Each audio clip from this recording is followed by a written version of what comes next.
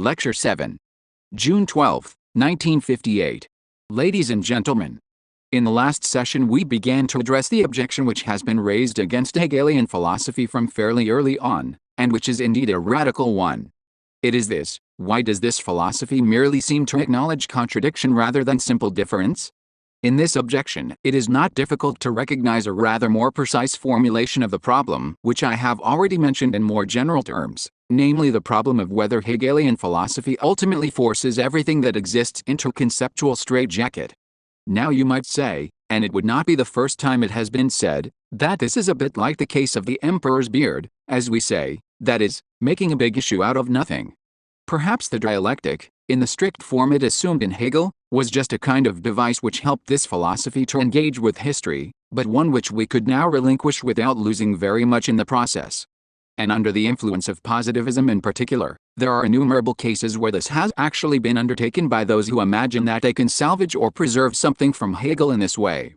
Thus, according to one well-known formulation, we might say that Hegel the absolute idealist is also an equally great realist, that in reality all of the knowledge he has to offer, as Nikolai Hartmann puts it, comes from experience, a concept which is indeed particularly important in Hegel, and that what we find here is not so much a speculative or constructive dialectic as, to use a rather suspect expression, a real dialectic.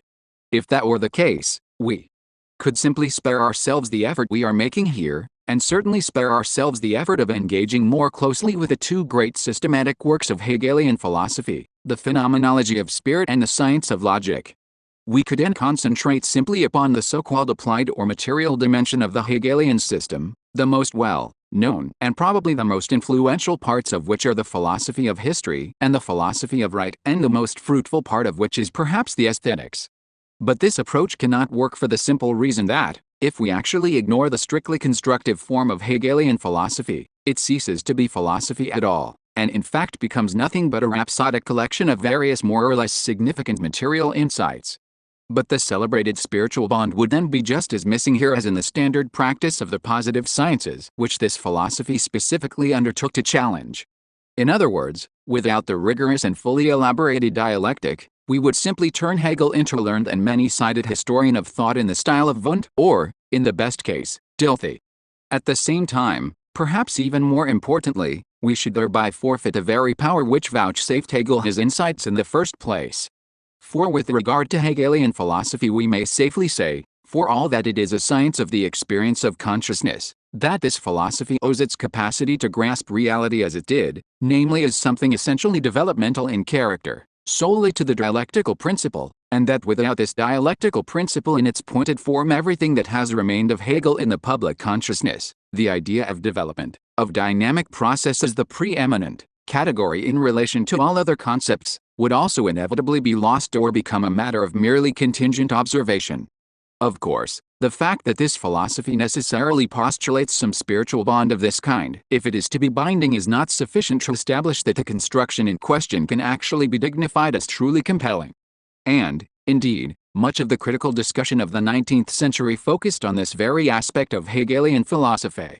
Our task is to grasp this particular problematic very clearly, given that it concerns the core of the structure of this philosophy, rather than leaving the dimension of God or contradiction to itself and turning instead to the wealth of concrete insights it contains, insights which actually derive from that dimension anyway.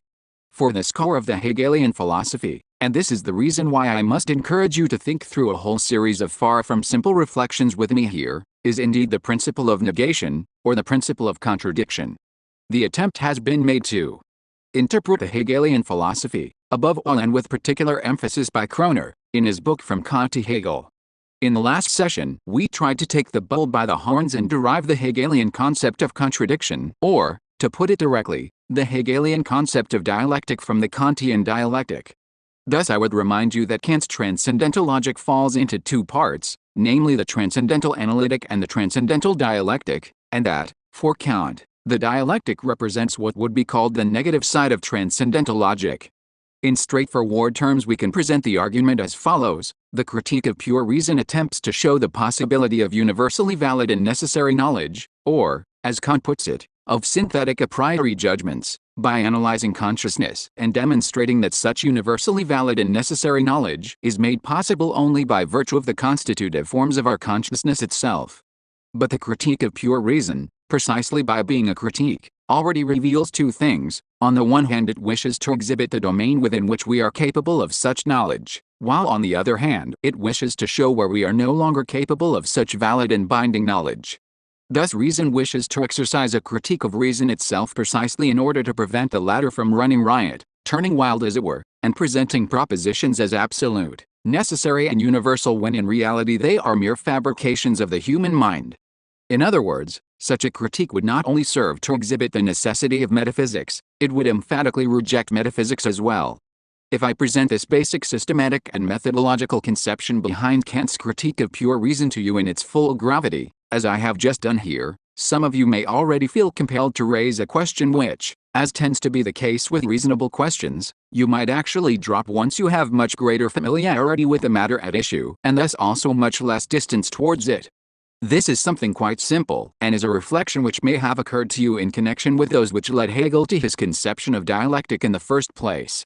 Thus you might say to yourselves, this is surely quite remarkable. Reason is supposed to criticize reason. Reason is supposed to assign to reason the limits within which it may now safely and confidently pursue its claim to universally valid and binding knowledge, and is supposed at the same time to cry, halt, if you venture beyond this point, you will be talking nonsense, you will be creating fabrications, or at best producing assertions which in reality cannot be presented as theoretical knowledge claims, but only as normative or regulative principles for human conduct, and you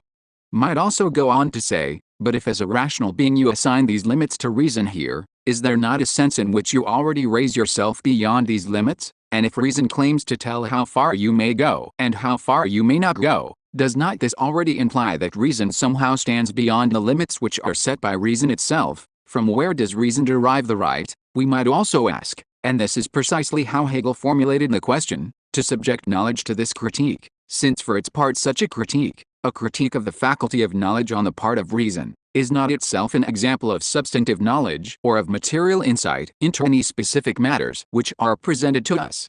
On the contrary, it is nothing but a transcendental insight, as Kant calls it, that is, an insight which relates to mere possibility, but one which, according to Kant, is nonetheless supposed to possess absolute validity for the constitution of our knowledge in general. But if that is the case, then our knowledge must have within itself some kind of power which allows it to reach beyond the so-called possibility of experience. That is to say, it must be able to provide a kind of knowledge which does not itself depend upon given sensuous or material content, which in other words does not depend in the last instance on mere sensation. If this really quite simple argument is correct, one which can be expressed by saying, as Georg Simmel formulated it, that to set limits also always means to step beyond them, then the distinction affirmed by the critique of pure reason between a positive part, namely the transcendental logic, which exhibits the fundamental concepts of our experience, and a negative part, namely the transcendental dialectic, where we find ourselves entangled in contradictions, then the separation in question is actually no longer legitimate.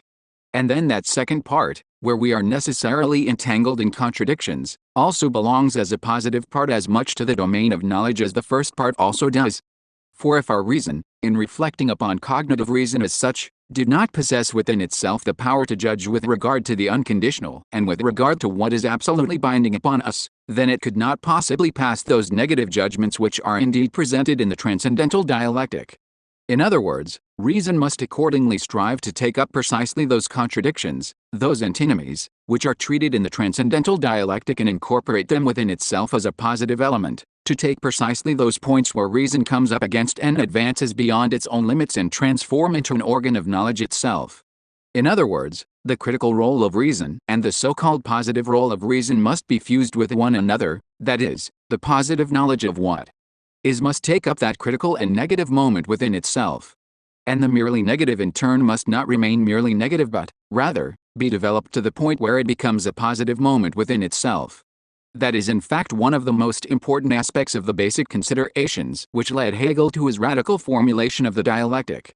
In this regard I could perhaps just read you a rather fine passage from Kroner, who sums up these thoughts as follows. In his critique of reason, Kant discovers the interdependence of the abstract and the concrete, of the formal and the material, of the rational and the empirical, of a priori and a posteriori thought, inasmuch as the concrete, the material, the empirical, the a posteriori here effectively reflects upon itself, analyzes itself, criticizes itself. I might add here that the decisive concept for Hegel's considerations which go beyond the Kantian position is the concept of reflection. And I should also like to make a couple of remarks which may help to clarify the decisive difference between Hegel and his predecessors in this regard. We are talking here about the concept of reflection. Now reflection, in the first instance, simply means a mirror image. In other words, reflection in Kant initially signifies the way that our reason contemplates reason itself, relates as critical reason to the reason which stands before it. Now what Hegel essentially does, along with the other post-Kantian idealists, and this is what decisively distinguishes them all from Kant, is this. Instead of performing this reflection in an unconscious manner, as the British empiricists did, instead of letting reason simply look at itself in the mirror, as it were, they made this act of reflection itself, this faculty of reflection, into the very theme of philosophy.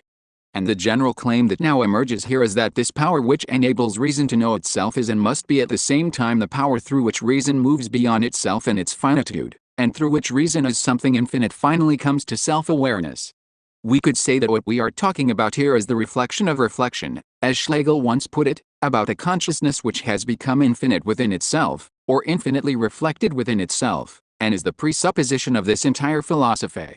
If you would like a simple definition, if I may use this term here, or a simple explication of the central concept of Hegelian philosophy which distinguishes this philosophy from that of Kant, namely the concept of speculation, then we may say that speculative consciousness, in contrast to simple or simply reflective consciousness, is one where this moment of self-reflecting consciousness has become thematic, has come to self-consciousness.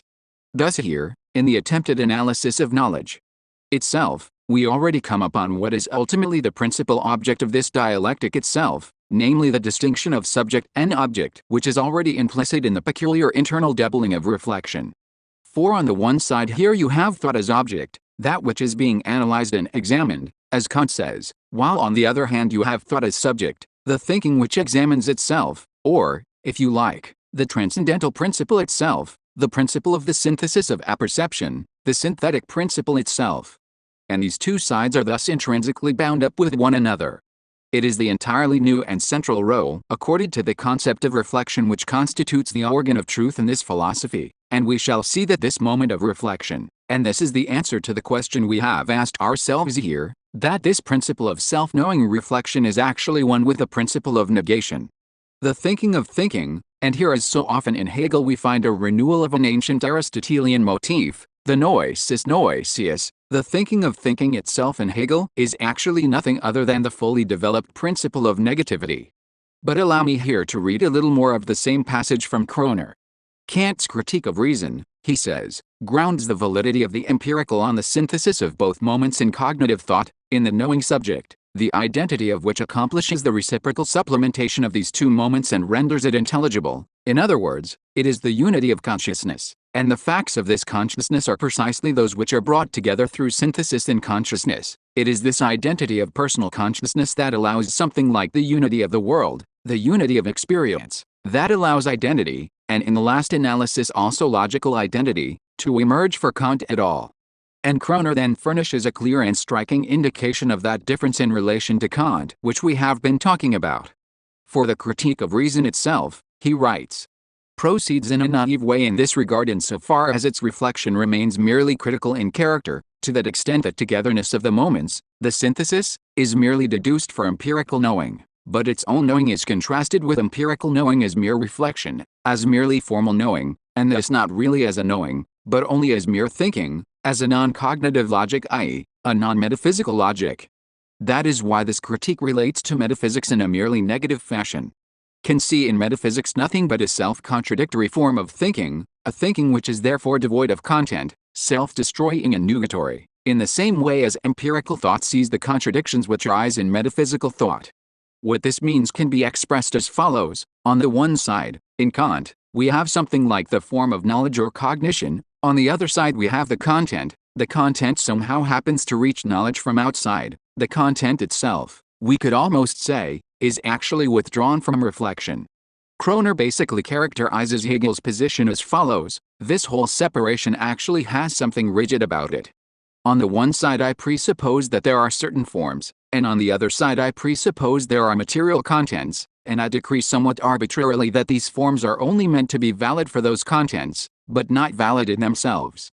But, in reflecting upon these forms, I already turn the forms themselves into content, as it were, and thereby show that this distinction of form and content, from which I begin, cannot possibly be conceived as an absolute distinction, and likewise, in turn, the supposed contents, i.e., the data of sensation, cannot possibly be given to me independently of my consciousness, independently of the identity of thought.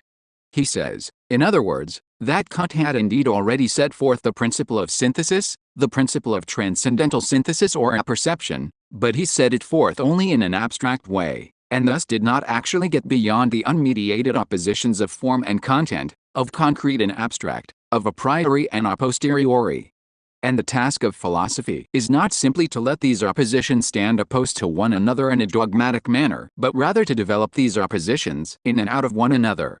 But Hegel nonetheless follows Kant insofar as he does not simply deny the tension which presents itself between these moments, the fact that form is not merely absorbed into content, or that forms without content do indeed get themselves entangled in such difficulties, all those, in short, which Kant himself sets out in the Transcendental Dialectic. On the contrary, Hegel recognizes this tension.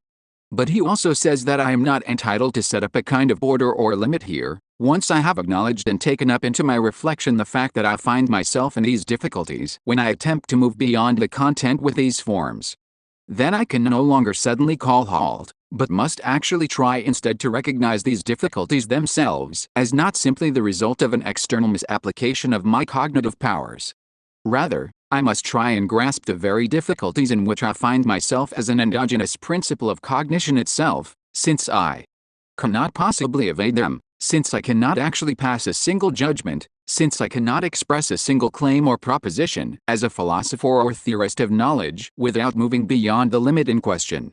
For if I failed to step beyond this limit, that is, if I did not myself already possess some absolute cognition as one who expressly reflects upon reason itself, then I could never speak of this limit at all.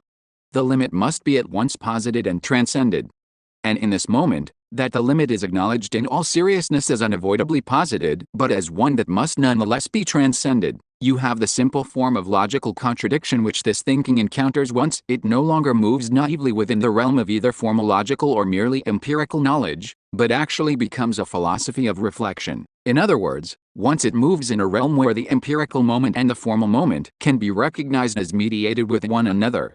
This is an important point, for you can see here that Hegel does not simply cast formal logic overboard, as he has so often cheaply been accused of doing, and just philosophize away regardless, as if there were no such thing as the principle of contradiction. And to suggest that would be to get Hegel entirely wrong. In the first place, he acknowledges the validity of the principle of contradiction for the normal realm of knowledge established by the understanding, that is, both for our normal empirical knowledge and for the field of formal logic, just as for any other form of thought. But when I relate as a reflective subject, that is, when I do not just focus direct attention upon formal propositions or contents but, rather, think through the relationship between these moments themselves, then I actually find that the form in which they can be grasped is solely and precisely the form of contradiction itself, rather than the form of blank identity. What is denied, therefore, is not the contradiction of form and content or any contradiction of this kind, for such contradiction remains in force as far as our finite and limited knowledge is concerned. But precisely insofar as this knowledge attains self-consciousness, or expressly reflects back upon itself, it comes to realize that contradiction, which it must employ as a criterion of correctness, is at the same time the organon of truth, that is, it comes to realize that every particular instance of knowledge becomes knowledge only through and by means of contradiction. And this is the way in which this negative principle, this principle of contradiction, is actually derived from the Kantian doctrine of antinomies, as Hegel presents it. You will rightly expect me at this point to provide some further clarification of these issues in terms of a specific model, as it were. I do not wish to disappoint this expectation, but I should also tell you that, in doing so, I would actually contravene Hegel's own practice in a serious way. For Hegel was always extraordinarily skeptical towards the concept of examples. There are a couple of passages in the encyclopedia where Hegel rather ostentatiously rejects the suggestion that he should provide examples. Why Hegel should act in this fashion, why he should refuse to furnish examples, and it is especially difficult for pre-dialectical consciousness to understand Hegel properly in this regard, is not so hard to grasp, for the concept of example always presupposes that we have a universal conceptual range or field at our disposal, something which is firm and reliable, positively given, a reified result, which can be exemplified in the particular case which it subsumes. But in Hegel this very conception of a universal logical field within which the particular is grasped is suspended, at least here on the level of the speculative concept. That is to say, there is here no universal conceptual field which includes so many things within it, for the universal conceptual field consists precisely in the life of the particular it grasps within it, it fulfills itself through the particular, it does not merely cover or include the particular but arises out of it. It has its life in the particular, and nothing particular can thus be regarded as a merely lifeless example which has been abstracted from it. And this is in fact what makes it so extraordinarily difficult, when one is required to think dialectically, to provide an example of the dialectic. Nonetheless, while fully aware of these difficulties, I would like to try and offer you an example here, indeed a rather simple and elementary one, and, you may think, a rather shocking one. Let us take the proposition X is a human being. The first thing we might say about this proposition, insofar as it subsumes Mr. X under the logical species human being, is obviously that it is correct, assuming that we are talking about a human being as distinguished from, say, other biological species. But consider for a moment what this means. X is a human being. A human, we have said. If in general you say X is a human being, as in the case of the usual logical form A is B, there is a certain problem in this. For the A that is supposed to be B here is not the whole of B, rather, B is a universal, and the A is only a specific representative of the former. There is indeed an identity here, insofar as the particular phenomenon, the individual A, is subsumed under concept B, but nonetheless the identification involved is not a complete one. Now Hegel would say that what is formally implied here, that X is indeed a human being, though in expressing this in the logical form A is B you see that A is precisely not the whole of B, but only a representative of B, actually has a very serious meaning. For he would say, and this, I think, also reveals something of the rigor, of the remarkable freedom, of the almost playful superiority which dialectical thought actually involves, that, if I subsume the X under the concept of the human being, then the concept of human being includes everything possible which the individual X in fact is not. He would not simply content himself, therefore, with a primitive biological definition of human being, but would say instead, if we are talking about a truly vital comprehension of the human being as such, that we must think in terms of categories such as freedom, individuation, autonomy, the possession of reason, and a host of other things, all of which are already implicitly contained in the concept of human being, as the objective character of the latter. And it is nothing but an act of arbitrariness to omit or ignore such categories in order to provide an operational definition of the human being as something which actually possesses these or those generic characteristics of a biological kind. We need only to listen attentively to the expression human being, I believe, to realize it involves more than just the differentia specifica that marks it off from the next nearest species, i.e., the anthropoid apes.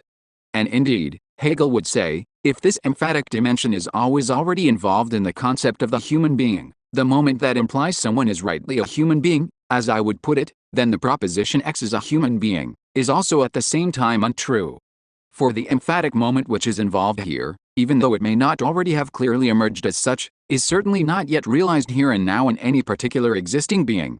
One could almost say that something like a human being does not yet exist at all, as the emphatic concept of the human being objectively and intrinsically implies and understands this. In other words, the proposition X is a human being is right or correct, as I said before, but is also false. And I believe that we need only to apply this proposition really seriously to any human being, to indicate that the individual in question is a human being, and we will realize this difference at once. We'll realize that the individual does not yet really do justice to the concept of the human being in the emphatic sense, the concept of the human in terms of absolute truth. And this, of course, presupposes that we already possess such an emphatic concept of the human being, ultimately the concept of a right and genuine human being, ultimately, indeed, the concept of a right and genuine arrangement of the world in general. When we say human being, the expression says more to us than the mere generic concept or species, even if we are subjectively unaware of this. I believe that I have perhaps shown you something at least of the climate of this thinking, something of what is really meant by the concept of dialectical contradiction. We could say that dialectic, insofar as it is a doctrine of contradiction, critiques the simple logical coherence of the world, for contradiction or absence of contradiction, which are of course correlative concepts, is precisely the logical criterion here. One can undertake to reduce the whole of logic to non-contradiction, and this has indeed been done. Now if we ascribe such a central role to the concept of contradiction, as Hegelian philosophy does, this implies something that I have already explicated to you in a very different context.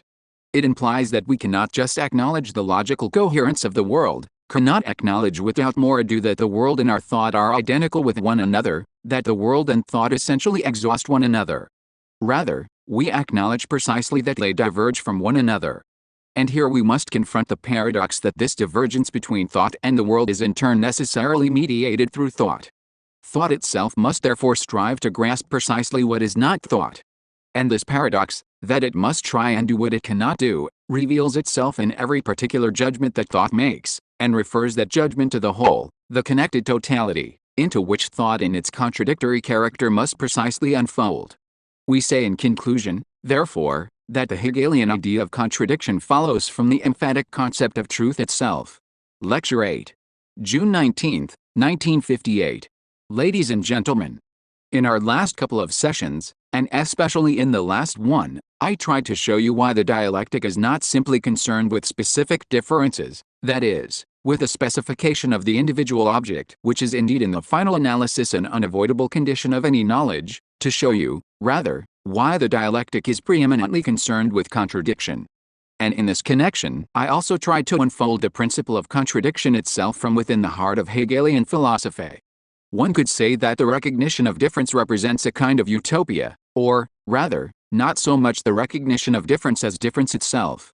That the heterogeneous may coexist with a heterogeneous without each destroying the other, that one heterogeneous thing may leave room for the other to unfold as well, and that, we may also add, the heterogeneous may love and be loved, this would be the very dream of a reconciled world. Likewise it is the mark of a world wretchedly entangled in a context of guilt that whatever is in some sense unacceptably heterogeneous cannot be tolerated within this world. This intolerance of the heterogeneous is the ultimate mark of every totalitarian mentality, and here we may use the word totalitarian in a multiplicity of senses. And the dialectic is the negative expression of a certain condition, a thinking which answers to a reality where contradiction has taken the place of the happiness promised by difference, a thinking which strives from within itself, from within its own principle, to bring about its own demise. Now we could say there is an important conclusion which emerges from this, although it is one which has not always been accepted or rigorously drawn as such either within Hegelian philosophy or within the materialist version of the dialectic. This is the conclusion that dialectical thought itself responds to a negative condition of the world and, indeed, calls this negative condition by its proper name. I once expressed this idea straightforwardly by claiming that the dialectic is essentially and necessarily critical, although it becomes false the instant that it sets itself up as a kind of positive philosophy, or so-called worldview, and claims to constitute an immediate appearance of truth itself. Where Hegel is concerned, these issues are extraordinarily complex.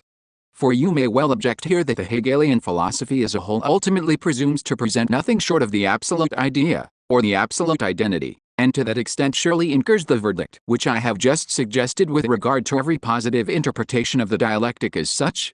Nonetheless, I should like to believe that the power which effectively animates the Hegelian philosophy is actually very much the power of negation, namely a critical power at work in every specific moment, and that, in contrast to this the well-known affirmative moment of Hegel, which insinuates that in the totality subject and object are ultimately the same, essentially exhibits significantly less power and force than the negative moment we have insisted upon.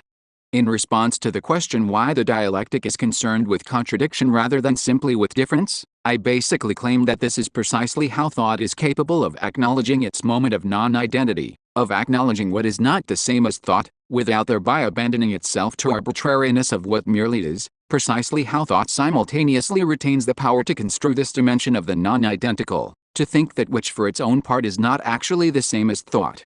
What is usually described as logic is indeed nothing other than the doctrine of absolute identity, and the heart of logic, The heart of all logical rules is the idea that the signs or concepts introduced in the domain of logic are maintained precisely as identical with themselves. Logic is thus nothing but a fully explicated theory of the rules which arise from absolute identity exactly as this is preserved in logic at the expense of any content whatsoever, a content which, as Hegel has taught us, is always not simply included within these forms but also comes into certain opposition to them precisely because the content is not itself form. One could thus almost construe the identity principle of logic entirely in these terms. And it is thoroughly to be expected, therefore, that the fundamental taboo erected by the discipline of logic is the principle of contradiction, namely the command, and it is a command rather than just a proposition, that, of two mutually contradictory propositions, only one can be true, and that the laws of thought are violated wherever that is not the case. One might say that the priority of contradiction which prevails in the dialectic is actually nothing but an attempt to break the primacy of logic, understood as the realm of pure non-contradiction, to point out, that is, that the world is not simply mere thought, is not the mere operation of logical thinking as the world is presented to us in accordance with logical rules. In other words, the world is itself a contradictory rather than a logical world.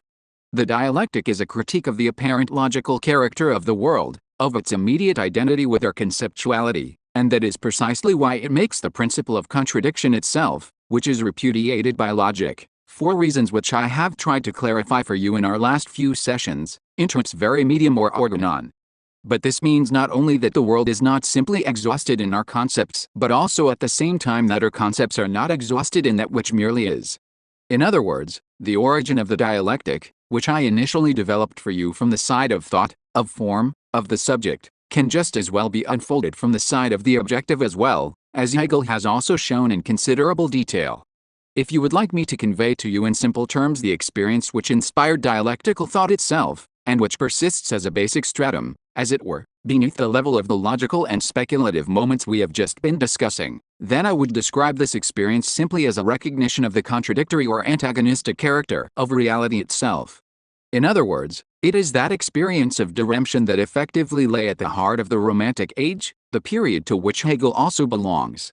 And the specific character of Hegel's response to this lies in the way that he did not attempt, within the context of this diremption, to assume the limited and one-sided standpoint of the individual subject simply thrown back upon itself and its own resources, but also in the way that he resisted the tendency, unlike the cultural classicism of the time, to smooth over this contradictory character of reality, or to resolve this situation, as the later Goethe did, by entering into some kind of understanding with this diremption.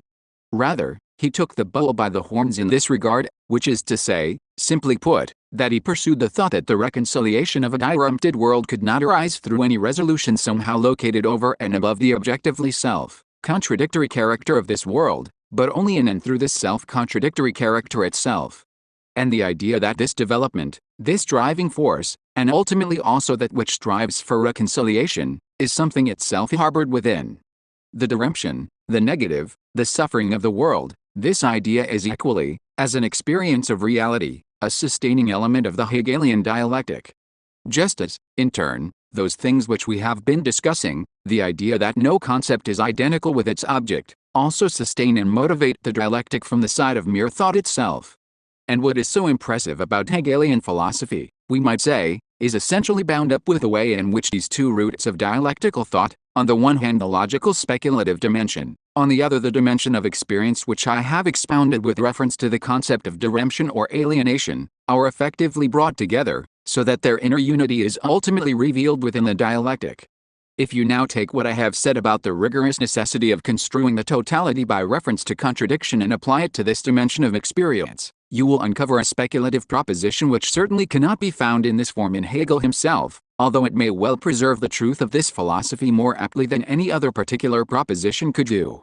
I am talking about the proposition that the world, and by world here I mean the one which the process of experience in Hegel is substantially concerned with, namely the social and cultural or mediated world, is indeed an internally contradictory world, but is also a system. Thus the highly distinctive character of Hegelian philosophy and the dialectic in general lies in the way it undertakes to construe a certain impressive unity while seeking this very unity in the moment of dichotomy, that is, in the moment of contradiction. And this highly distinctive character, this most paradoxical moment, is itself equally discovered in that experience from which Hegelian philosophy arises, in that experience of reality which is contained in the logical and speculative issues which we have been discussing in our last few sessions. We can also formulate it in this way: the world is construed as a unity, produced as a socialized totality which is internally unified down to its ultimate particular features, through the very principle by which it is also divided. And it is precisely here that the materialist version of the dialectic is extraordinarily close to the idealist version, insofar as the former attempted to grasp and develop the unified but internally contradictory principle in objective terms precisely as the principle of exchange, which indeed harbors both the antagonistic and the internally unified character of a world governed by the process of exchange. But I would like to come back to the well-known and popular objection to the dialectic which accuses it of being an intellectual straitjacket, a deductive system which attempts to derive reality from purely conceptual considerations. From everything that I have already said, you may now be able to appreciate and think through this complex of issues rather more clearly than was possible for you before. For this claim regarding the deductive or systematic character of the dialectic is both justified and unjustified, just as we can indeed say that the world in which we live is a system, that it is thus internally unified, but also that it is profoundly dissonant and profoundly contradictory in itself. Indeed, from the perspective which I have suggested to you today, we can describe the dialectic as an attempt not merely to develop the logic of thought in its relation to objectivity, but also, at the same time, to develop the logic of objectivity itself, and indeed as a logic which is not merely foisted on objectivity from the side of the subject, but as one that belongs to the matter itself. In this regard, of course, it is true that Hegel appeals to an idealist conceptual framework insofar as, for him, in the last analysis, everything may be regarded as the product of subjectivity. In this sense Hegel thoroughly absorbed the most radical idealistic side of Fichte, and we would certainly be trivializing Hegel if we simply tried to eliminate this subjectivistic aspect of Fichte from his thought. And once the whole of reality has been grasped by Hegel in this sense, as something generated by the subject, it is naturally possible for him to try and abstract as it were from the arbitrary influence of a limited and merely individual subjective consciousness. And since the subject is now recognized as the ultimate essence of objectivity itself, it is likewise possible to look for unity in the object itself, rather than grasping this unity simply as something which is constituted only through subjective, conceptual operations. But all that is relatively easy to understand, and I do not particularly wish to insist upon this point here. But let me remind you once again that the Hegelian philosophy is also indeed a philosophy of experience, that it therefore emphatically acknowledges Fichte's famous claim that philosophy must be the union of the a priori and the a posteriori, and not merely a doctrine of the a priori aspects of experience, as it showed itself to be in Kant. In Fichte himself, this basically remained an ambitious program, and in his thought you will look in vain for such a thorough treatment of experience. But in Hegel the concept of experience is tremendously substantial in character, and it also expressly occurs in the original title of his first and most striking major work, The Phenomenology of Spirit. And if you look at Hegel's phenomenology, you will find that the concept of experience appears here in a most emphatic way, namely as the way that consciousness, in examining itself, also comes to experience itself as a kind of object, as the way that, in the ongoing process of this experience, in the ongoing experience of our own life for example, both the object that is observed and the subject that observes undergo change and modification in turn. If you take this idea of experience as seriously as I believe it needs to be taken in Hegel, and now that we have recognized the seriousness of the speculative moment in Hegel without incurring the sort of misunderstanding we find in Hartmann, then perhaps we might say that the doctrine of the objective character of reality as a system, albeit at the same time a discordant system, is also in Hegel the fruit of such an experience. In other words, this doctrine springs just as much from an insight into reality as it did from the self-reflection of the concept in Hegel. And I believe that we can now actually see that Hegel was the first to realize something that we may perhaps also express quite independently of the specific idealist implications of his philosophical system. And since I wish to provide you with a concept of dialectic, which is also a rigorous conception of dialectic, albeit one which cannot be fully captured within the context of idealist theses which have become so problematic for us, I believe that further considerations on this very point may not be wholly inappropriate here. For I think that the experience with which Hegel is concerned here, to formulate this more precisely than I have until now, is the experience that the order of the world which we generally regard as the mere product of our concepts, as imposed by a subjective but coherent contribution of our own upon a more or less chaotic sensuous manifold in the Kantian sense, that this conceptual order is already harbored in the matter itself. Now you might reply that this is itself surely the most extreme form of idealism, a subjective idealism which essentially contains the whole of reality, where reality is the product of the subject. So it is no wonder if in turn it finds nothing in the object but what it has already placed in the object through the a priori features which provide the transcendental conditions of knowledge. But that is not at all what I have in mind here. And it is very important, if you are to understand the specific character of the dialectic, that you grasp the difference which I am particularly interested in at this point. For what we are concerned with here are the conceptual elements involved in the constitution of reality, and which belong to a quite different level, to a quite different dimension, than the conceptual elements of the scientific order that we confer upon things. What we are basically talking about here, and this is a moment which is also involved in the materialist dialectic, even though, remarkably enough, it has never really been theoretically reflected upon as such, is the way there is actually already something conceptual in the fundamental dynamic of our existence, in the fundamental social dynamic of our existence, something which you might say has much less to do with knowledge than with the course of social processes themselves. I would like to leap ahead somewhat here and actually interpret the moment of internally antagonistic unity with which Hegel is also concerned precisely in terms of the moment of exchange, which has been identified by the materialist dialectic as the relevant principle. For it is clear that this principle of exchange, which largely determines objective social processes and, far from being some special contribution on the part of the subject, actually lies in the matter itself, already harbors a conceptual aspect insofar as I can exchange something only where, and only to the degree that, I ignore the specific features of the objects to be exchanged and refer them to an abstract and common form, the form of equivalence as it has been called, by means of which they become in a certain sense commensurable with one another. Thus the principle which governs at least the life of bourgeois society as a whole, the society with which Hegelian philosophy is indeed ultimately and substantively concerned, is objectively defined in itself by this conceptual aspect. For this abstractness in the relations between human beings, which ignores both the contribution and the needs of human beings in relation to the goods they produce, and which now retains nothing but a common form that subsumes these goods, that renders them commensurable and exchangeable in the first place, is precisely that character of abstract time which since Kant has also been profoundly grasped as the ultimate source of the so-called logical or metaphysical problems of constitution.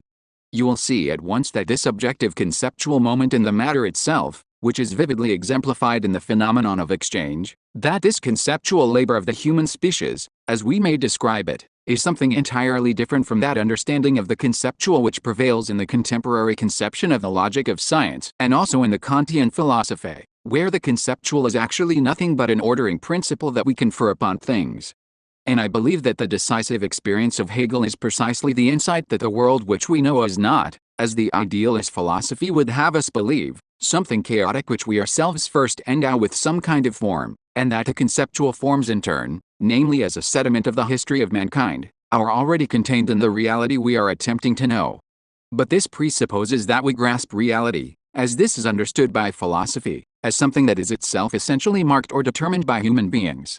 It is determined not on the sense of the object of knowledge as abstractly and purely scientifically constituted by the transcendental subject, but, rather, in the practical sense that the world philosophy undertakes to know is a world essentially mediated through human labor. The concept of spontaneity, of the generation of the original unity of apperception, which plays a central role in all idealist philosophy after the critique of pure reason, in Hegel already assumes the form that the world itself, the world in which human beings live, is actually a world of labor, and that this moment of labor cannot be ignored, so that there is actually no nature which fails to bear, even if it be merely negatively, the trace of human labor. And if you now ask for an interpretation of the Hegelian concept of mediation in terms of experience, a concept that I would certainly like to talk to you about today, we could say that what Hegel means by mediation, what he means by the claim that there is nothing under the heavens which is not mediated, already signifies in Hegel that there is actually nothing human which is not determinately marked by the moment of human labor. If you consider this thought concerning the objective determinacy of reality, which cannot be deemed a subjective contribution that might in turn be ignored, and pursue it a little more closely, you can also readily connect it with the charge that has so often been raised against Hegel in a superficial manner, namely that of fabricating a fundamentally constricting deductive system. I believe it is not the task of the philosopher, in expounding a philosophy which seems deserving of the name, to proceed apologetically in this regard, to say, for example, well, the dialectic is not nearly as bad as the malicious critics of dialectic like to claim, for it also leaves room for the whole range of experience and God knows what. Now I believe that it does leave room in this regard, and I have tried to show as much to the degree that was possible here.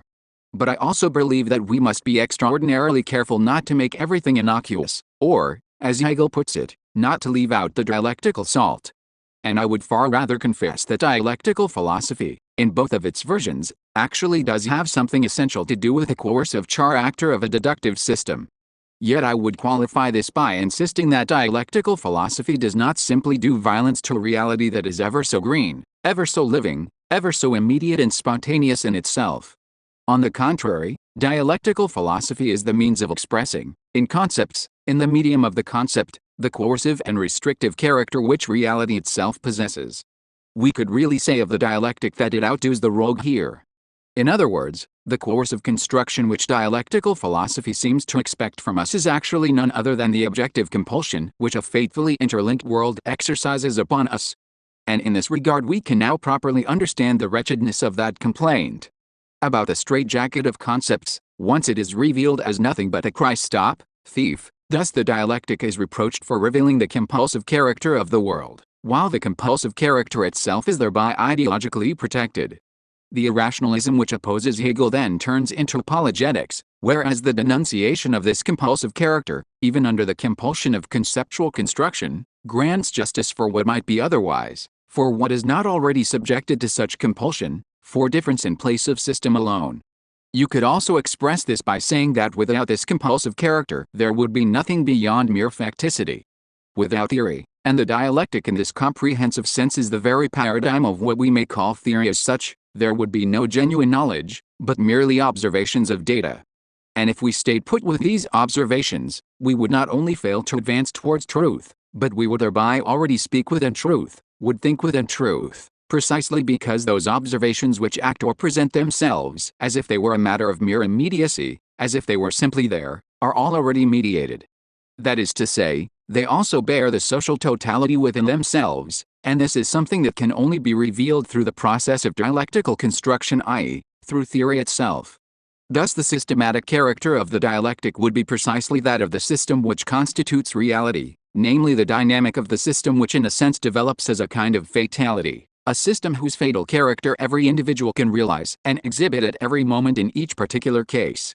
In this regard dialectical philosophy is infinitely more realistic, is infinitely less guilty of spinning out some merely conceptual web, than those much more innocuous theories which proceed as if the world did not in itself possess a specific character and thereby precisely overlook what is decisive here, namely the compulsion which the world itself exercises upon us. In the light of these motifs, as I have just described and developed them, you can readily understand how a theory which originally appeared so conservative, as if it wished to defend the world as a system, could also, in exhibiting that system at the same time in its negative character, become a starting point for the revolutionary conception of socialism which then directly referred back to it.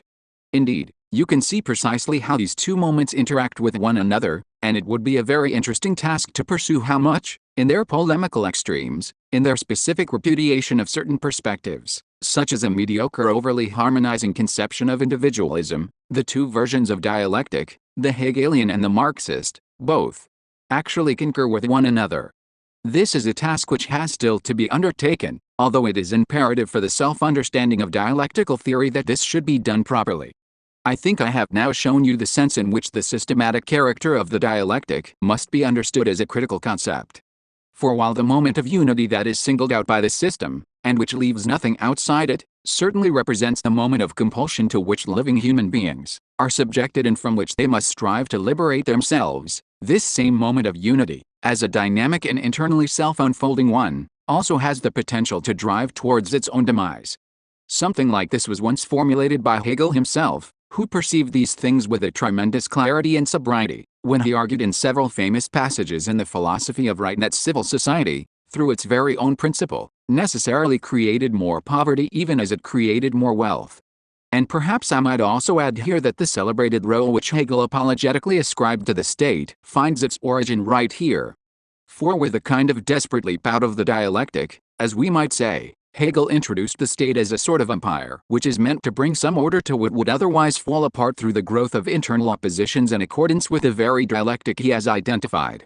But even here, as I say this, even as I claim, heretically, that Hegel has offered a kind of arbitrary or coercive construction here in order to preserve the positive character of his system, I should also add that even this passage, which looks at first sight like a sacrificio dell'intelletto, and one which indeed has always particularly irritated even mediocre and intellectually feeble critics, nonetheless betrays a most profound insight. For bourgeois or civil society, insofar as it tries to maintain itself as such under its own conditions, is ultimately driven in the final phase of its development to generate organizational forms of a statist or authoritarian kind, forms which no longer trust to the immanent play of economic forces but now attempt to stem this dynamic in a coercive fashion and return society to the stage of simple self-reproduction. One could therefore say, if we wish to express this in a very sober way, that Hegel's doctrine of the state and his conception of the fulfillment of absolute spirit in the state would be completely true if only it were presented to us specifically as a negative theory, that is, if it effectively attempted to show that civil society at its end, in order to preserve itself as such, necessarily reveals a tendency towards fascism in the totalitarian state, and that a civil society which remained faithful to its own system ad infinitum cannot actually be envisaged. But the momentous conclusion which is implicit in Hegel's philosophy of the state has, for essentially apologetic reasons, never really been drawn in any quarter. That is all, for now, regarding the justification of the dialectic as a deductive structure which captures something to which our life is indeed subjected. But then again, the dialectic is not simply a seamless or immediately deductive structure, it does not operate in terms of pure identity, and it does not try to derive everything seamlessly from a single principle or proposition. And precisely because it does not proceed in this way, the central function of contradiction in the dialectic is understood from the perspective of the matter itself. In other words, in unfolding the matter in question as one that is internally contradictory, it also unfolds it as something that is diarempted, as something that is not identical with itself, and in this sense it is specifically a critical theory. Thus the dialectic also implies that the true philosophical concept must involve both a deductive element and the element of experience. I would like to conclude by pointing out that the concept of experience, like all concepts in Hegel, is not to be understood in a primitive or immediate fashion. When I speak of experience here, you should not think of it in terms of a narrowly defined sensuous experience, as this is presented in the so-called empiricist philosophers. For when Hegel speaks of experience, he means something like the experience of consciousness, namely the way in which human beings who are aware of their thought, aware of the continuity of their life as a whole and of reality, also experience this reality as a whole, and attempt to realize what Hegel described in his Propaedeutic as freedom with regard to the object. That is to say, we may realize the sovereign freedom which refrains from violently imposing aspects of our own upon this reality, which opens itself up to this reality, which traces and responds to the object as it were. This kind of responsiveness, of productive passivity or spontaneous receptivity, is really what the concept of experience, and in particular the concept of the experience of consciousness, means in Hegel as a specific attitude of thought.